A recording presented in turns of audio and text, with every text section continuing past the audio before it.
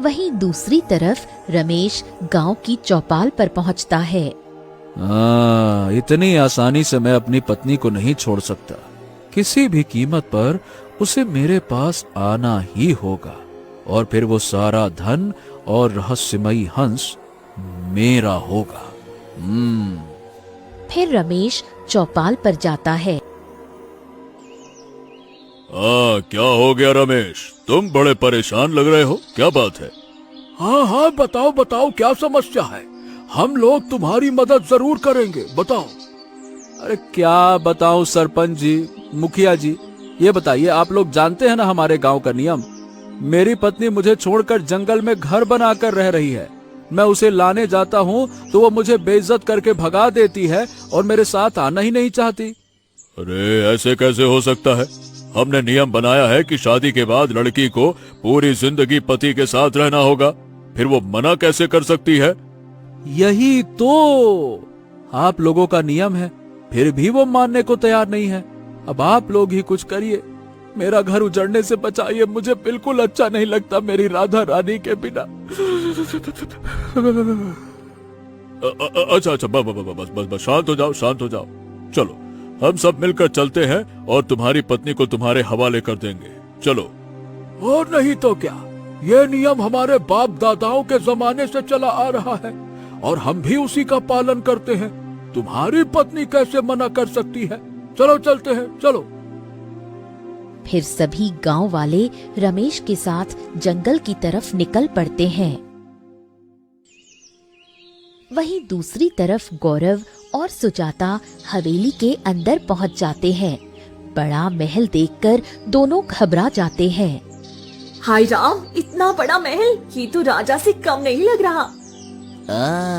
लगता है हमारा बेटा सच में चमत्कारी हंस था। हमने उसे बेकार में ही घर से निकाल दिया, नहीं तो ये सब हमारा होता। अब भी देर नहीं हुई है, हम आ गए हैं। किसी भी तरह बेटे को अपने साथ ले जाएंगे और ये हवेली भी हमारी होगी। फिर दोनों अंदर चले जाते हैं। अंदर हंस और राधा बैठे थे। गौरव को देखते ही हंस की आंखों से आंसू निकल आए। गौरव आगे बढ़कर सामने खड़ा हो गया।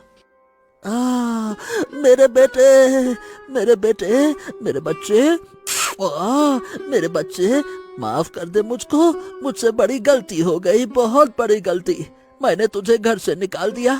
चल बेटे, आजा आजा बेटे, अब मेरे साथ चल। आजा आजा आजा आजा। नहीं, मैं आपके साथ कहीं नहीं जाऊंगा पिताजी। उस वक्त मैं आपके सामने बहुत रो रहा था, लेकिन आपने मेरी एक ना सुनी। बेटा, मुझसे भी गलती हो गई, हमें माफ कर दो। हमें एक मौका तो दो, तुम्हें लेने आए हैं। तुम हमारे साथ चलो। नहीं, मैं आपके साथ नहीं जाऊंगा। अब मैं राधा के साथ ही रहूंगा। पूरे गांव ने हम दोनों को ठुकरा दिया, इसीलिए हम एक दूसरे का सहारा बने हैं। अरे नहीं बेटा, तुम ऐसा नहीं कर सकते। तुम्हें मेरे साथ जाना होगा अपने मम्मी पापा के पास। आजो बेटा, आजो आजो, आजो बेटा। इतने में पीछे से सभी गांव वाले आ गए। उन्हें देखकर राधा और हंस दोनों घबरा गए। इतने सारे लोग एक साथ यहाँ क्यों आए हैं? ये क्या हो रहा है? अब तुम्हें मेरे साथ चलना ही पड़ेगा। पूरे गांव को लेकर आ गया हूँ, तुम्हें मेरी बात माननी ही होगी। मैं तुम्हारे साथ नहीं जाऊंगी। तुमने मुझे धक्का मारकर घर से निकाला था, इसलिए अब मैं किसी भी कीमत पर नहीं जाऊंगी। तुम गांव का नियम कैसे नहीं मान सकती? ये हमारा नियम है, तुम्हें चलना ही पड़ेगा रमेश के साथ। बिल्कुल, मुखिया जी ठीक कह रहे हैं। हमने मिलकर फैसला किया था कि कोई भी लड़की अपने पति को जीते जी नहीं छोड़ सकती। हालात चाहे कैसे भी हो, तुमने हमारी पुरानी परंपरा तोड़ी है, इसीलिए तुम्हें सजा मिलेगी। आप लोग जो करना चाहते हैं कर लीजिए, लेकिन मैं उनके साथ कभी नहीं जाऊंगी। और आज से मैं एक नया नियम बनाती हूँ। आप लोगों के घमंडी नियम की वजह से लड़कियों की जिंदगी जहन्नुम बन गई है।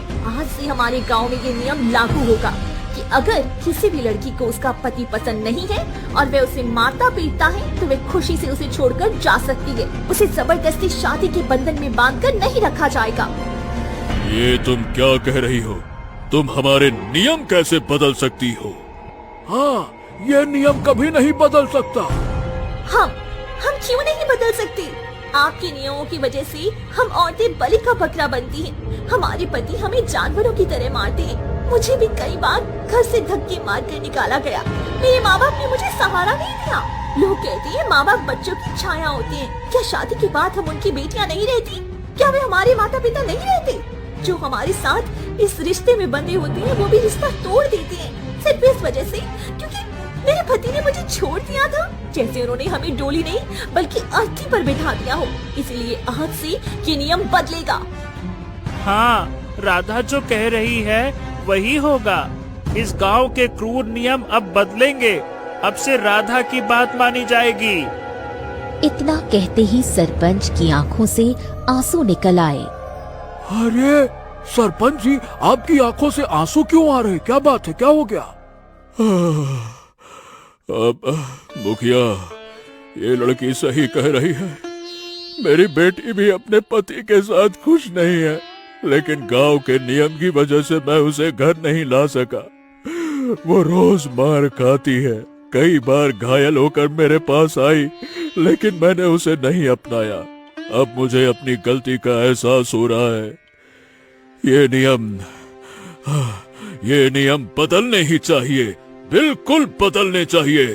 हाँ राधा बेटा। हाँ, इसीलिए आज से ये नियम लागू होगा। कोई भी लड़की जबरदस्ती शादी में नहीं बंधेगी। ये हमारा नियम होगा। तो ठीक है, हम ये मान लेते हैं, लेकिन बेटा मेरे साथ चलो, तुम तो मेरे बेटे हो। नहीं नहीं नहीं नहीं नहीं, आप लोग लालच में आए हैं ताकि मैं आपको धन दे सकूं, है ना? ऐसा कभी नहीं होगा। हम इस गांव के नियम बदलना चाहते थे और आज वो बदल गए हैं। हाँ ठीक है, तो आज से ये नियम रहेगा कि अगर पति पत्नी को मारेगा तो वो खुशी से मायके आ सकती है, और जहाँ उसकी खुशी होगी वहाँ उसकी दोबारा शादी कराई जाएगी। यही हमारे गांव का नियम होगा। तभी अचानक हंस के शरीर से तेज रोशनी फैलने लगी। वो एक सुंदर युवक में बदल गया। सभी लोग चौंक गए। ये क्या, तुम इंसान कैसे बन गए? हैं? ये कैसे हो गया? तुम तो हंस थे, इंसान कैसे बन गए? हाँ सच में बेटा, ये चमत्कार कैसे हुआ? ये क्या है? मुझे भी कुछ समझ में नहीं आ रहा। पता नहीं मैं कैसे इंसान बन गया। तभी पीछे से साधु महाराज आए और हंसने लगे।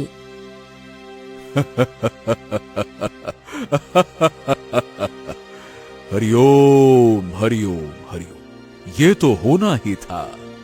ये हंस जन कल्याण के लिए भेजा गया था। आज तुम्हारे गांव का उद्धार हो गया है, इसीलिए ये अपने असली रूप में आ गया। तुम्हारे गांव के क्रूर नियम की वजह से कई लड़कियों ने आत्महत्या की थी। उनकी दुआ से भगवान ने इसे हंस के रूप में भेजा था, ताकि तुम लोगों को सही रास्ता दिखा सके, और आज वो काम पूरा हो गया। साधु महाराज, मुझे मेरा बेटा चाहिए। मुझे मेरा बेटा वापस दीजिए। नहीं, तुम दोनों लालची माँ बाप हो। जब तुम्हें बच्चा नहीं हो रहा था, तब मैंने तुम्हें वरदान दिया था और इतना महान पुत्र मिला, लेकिन तुम उसकी परीक्षा में फेल हो गए। तुमने अपने हाथों से अपने भविष्य को त्याग दिया। अब तुम कभी माँ बाप नहीं बन सकोगे। चले जाओ यहां से, जाओ। फिर सुजाता और गौरव रोते हुए वहां से चले गए। साधु महाराज ने हमारी आंखें खोल दी। आज से हम वही करेंगे जो राधा ने कहा है। साधु महाराज, अब मेरा आगे का रास्ता क्या है? तुमने राधा का दुख समझा और उसे सहारा दिया। अब तुम दोनों मिलकर अच्छा जीवन जियो, यही मेरा आशीर्वाद है, और सभी को सही मार्ग दिखाओ। क्या? अरे नहीं नहीं नहीं नहीं साधु महाराज, आप ऐसा नहीं कर सकते हैं। अरे वो राधा मेरी पत्नी है। अगर तुम दोबारा इनके पास गए तो तुम्हारी जान भी जा सकती है। ये दोनों पवित्र रिश्ते में बंध चुके हैं।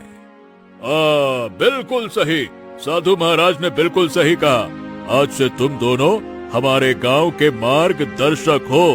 जो तुम कहोगे वही नियम होगा। फिर सभी गांव वाले खुशी खुशी वहां से चले गए और रमेश भी उदास होकर चला गया। वहीं राधा और हंस खुशी खुशी अपना जीवन बिताने लगे।